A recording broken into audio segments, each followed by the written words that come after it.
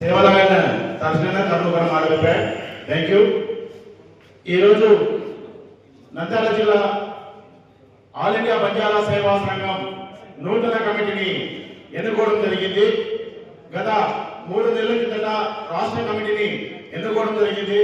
వాటి తర్వాత నంద్యాల జిల్లాలో కూడా కమిటీ వేశారు.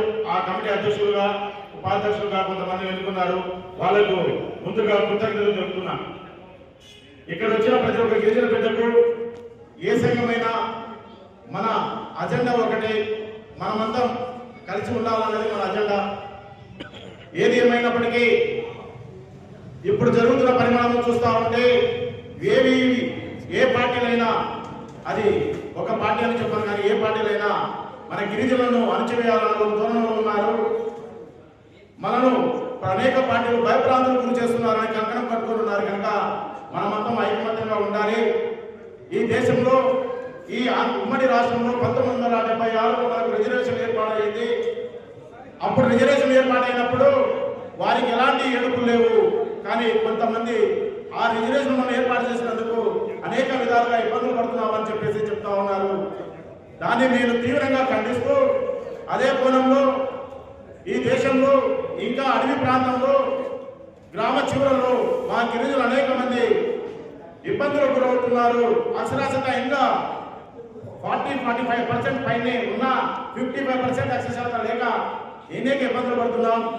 ఈ రాష్ట్ర ప్రభుత్వాలకు ఈ సభామూలకంగా నేను తెలియజేస్తే ఒకటి, అయ్యా తమరి పట్ల మాకు ఒక చిత్తశుద్ధి ఉంది. మీరు మా గిరిజనులను కాకుండా ఇతర కులస్తులు వాల్మీకులను వెస్ట్ జాబితాలో చేర్చాలన్న నినాదాన్ని పక్కన పెట్టండి. మేము మీకు రుణపడి ఉంటామని పాలకులకు తెలియజేస్తూ, రేపు జరగబోయే ఎలాంటి సమావేశాలైనా అన్ని కుల సంఘాలు కలుపుకొని ఖచ్చితంగా ఒక ర్యాలీ చేయాలన్నా ఏం చేయాలన్నా అందరం కలిసి ముందుగా సాగాలన్నది నా అభిప్రాయం.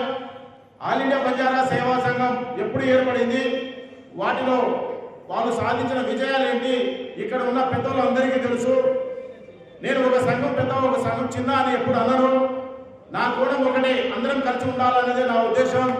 కనుక దయచేసి మీరందరూ రేపు ఏమి జరిగినా, ఎలాంటి సమావేశాలు జరిగినా ఢిల్లీ పెద్ద కోటీశ్వరుడు, 4000 ఎద్దులు, ఆవులు, తర్వాత